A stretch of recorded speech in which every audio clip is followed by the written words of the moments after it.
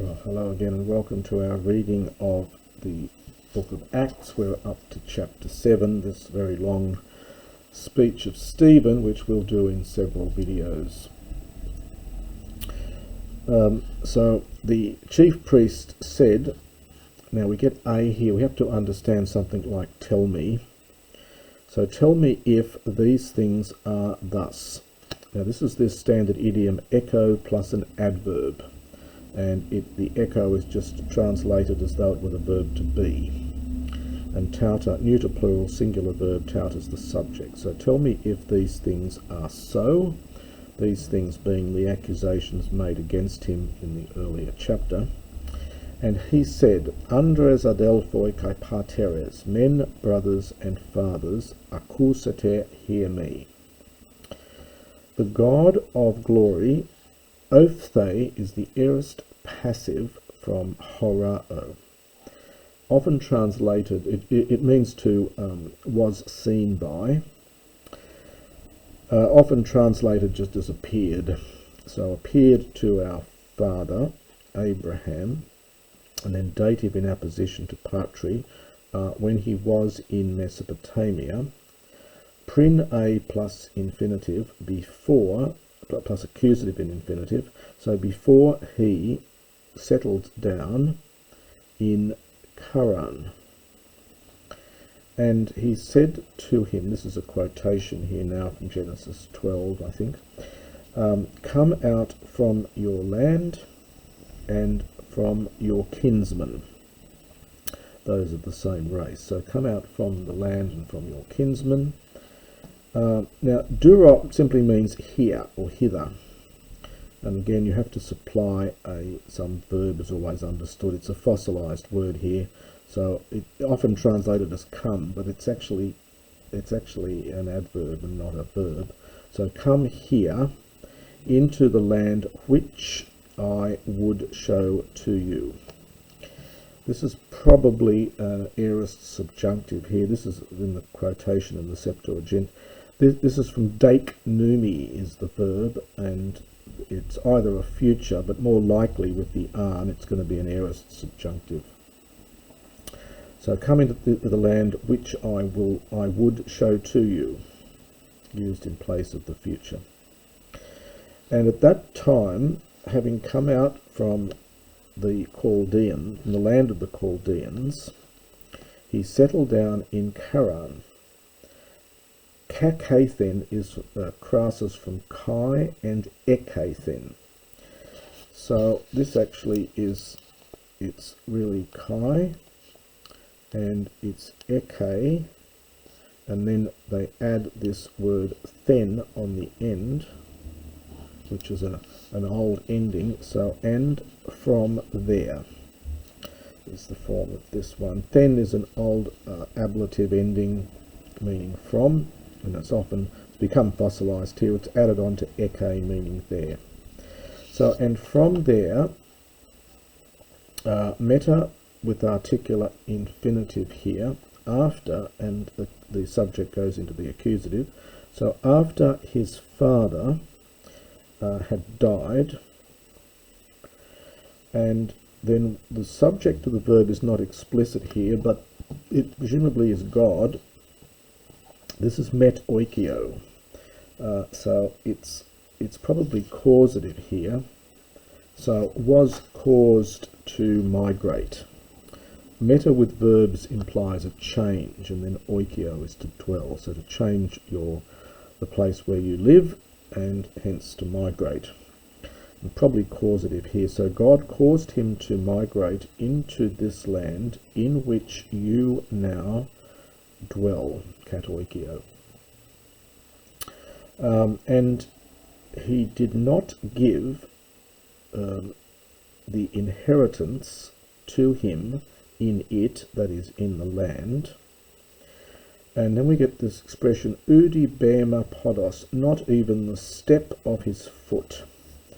Bema is abstract noun here connected with bino, to step or go. So this is the step of his foot. So it's an idiomatic expression, so not so much as to set his foot on it. The phrase does appear in the Septuagint version in Deuteronomy chapter 2, I think. And he promised to grant to him it, that is the land, as a kataskesis. Now, a kataskesis is connected with kat echo, to possess. So as a possession, abstract noun here, third declension, and to his seed after him, and then we get a genitive absolute, so even though there was no child for him. Even though there was no child for him. And God said the following. God spoke thus. God said the following. Hoti recitative. There will be, his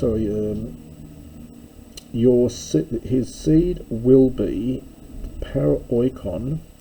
Now this is a word meaning a sojourner. Paroikio is to travel through. It's someone who lives in a place but they're just really passing through. They haven't settled down. They're not katoikio. So a pilgrim or sojourner. So it's neuter agreeing with sperma, your seed.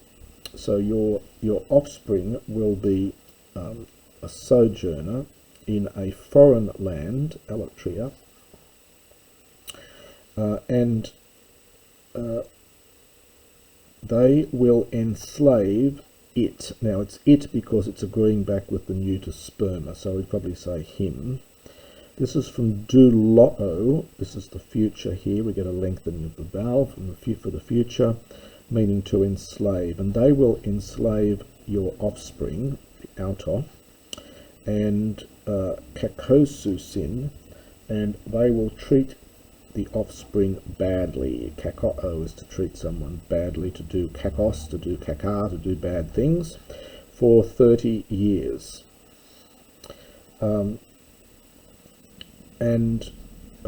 I, krino, notice the accent here, so it's a future.